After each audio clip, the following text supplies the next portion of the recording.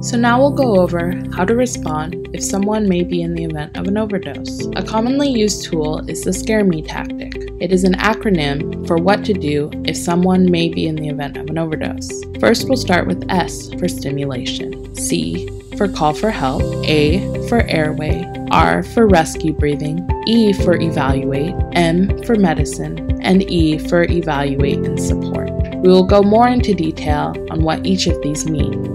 If you think someone is overdosed, remember the S.C.A.R.E tactic. Start with S for stimulate. One way to stimulate is to gently shake the person and call out their name. Remember to be gentle. Another way to stimulate is the sternum rub. You take your knuckles and you rub it in the sensitive spot on the chest where the ribs come together. This can sometimes stimulate and wake a person. Then move on to C, call 911. Remember, always call 911. It can be intimidating, but it is important to always contact 911 because naloxone is not an alternative for medical treatment. Remember your rights and make sure to call 911.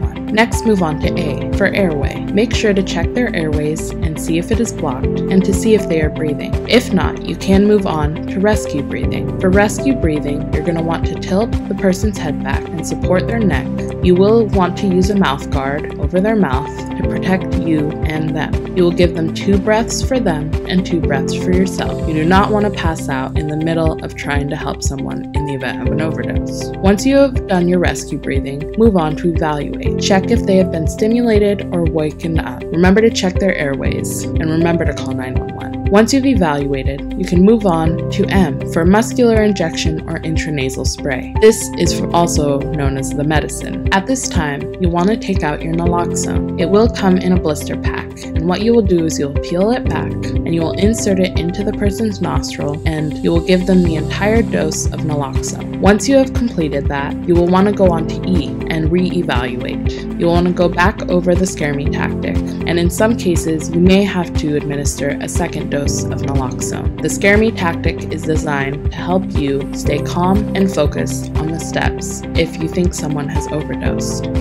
Again, we will quickly go over the steps. Remember, step 1, to identify the overdose. This is important to know the difference between a stimulant and opioid overdose. If you are looking at an opioid overdose, refer to the S.C.A.R.E tactic. Step 2, call 911. After identifying an overdose, get help as quickly as possible. Remember to call 911, always. Naloxone is not an alternative for medical treatment. Step 3, give rescue breaths. Remember, tilt their head back and support their neck and give them 2 breaths for them and 2 breaths for yourself so you do not pass out in the middle of assisting someone during an overdose. Step 4, give naloxone. Remember, you're going to peel back the blister pack, pull out the naloxone. You're going to use your fingers to hold it at the top and your thumb to hold the plunger at the bottom. You're going to place it into their nose and you're going to administer the entire dose of naloxone. Step 5, remember to stay until help arrives. Also remember to re-evaluate all of these steps and always remember to stay with the person until help arrives.